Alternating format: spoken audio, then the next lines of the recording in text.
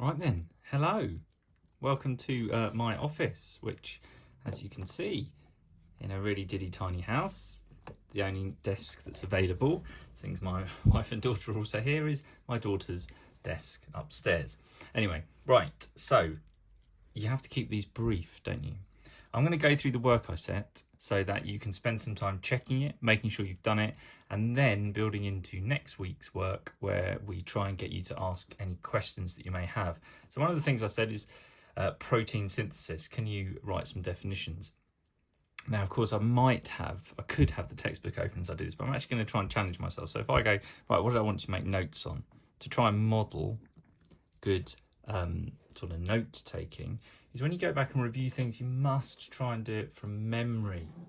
Okay, you must say, actually, I remember this. This is what I can do. So what is DNA? Well, it's deoxyribonucleic acid, but that's actually not very useful. It is a sequence of information with 4 bases, A, T, G, C, always written like that, so you remember which one binds with which. It is made up of sequences of 3-letter words. These are called codons. Okay, each codon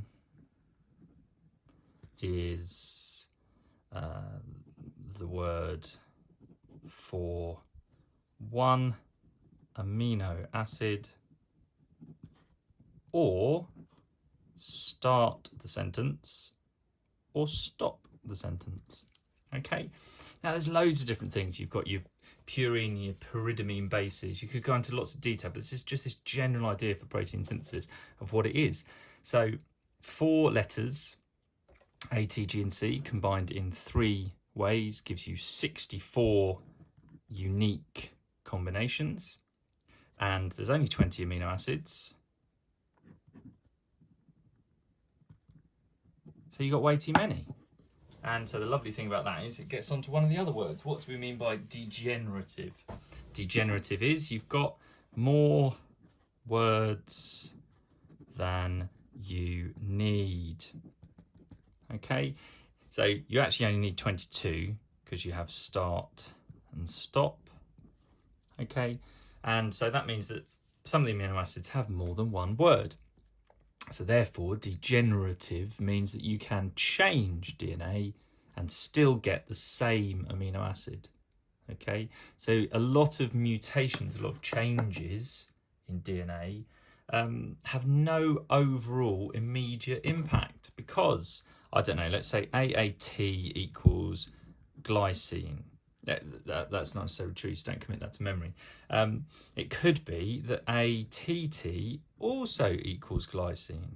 So if you had a mutation, it is silent because it doesn't change the amino acid sequence. However, because you're doing speciation and biodiversity, every mutation, every change to DNA leads you closer to an amino acid change. Okay, so that was degenerative, but then what happens if one other thing changes? That then leads to a new amino acid. So just to go right back, because I like to ramble, evolution is the gradual change through time of anything, an iPhone, a language, okay? And in biology, it means the gradual change of a species or the whole living world through time. And so, are humans evolving? Yes, because there will have been mutations made between you and your parents at the point of gamete formation, and they may have changed amino acid sequences. They obviously are amino acid sequences that still work because you are here, or they are amino acid sequences that didn't change anything, but you've still evolved slightly from your parents. Do not get evolution mixed up with natural selection, speciation and selection. Okay, so that's what you could do. Now you've done my notes, go through the list of words again, total blank page, and start. It's not a sequence of words, it's not an absolute definition. I've just started linking some of them. Okay, so I'm going to stop this video so that nothing is too long, and then we're going to go through the questions with you.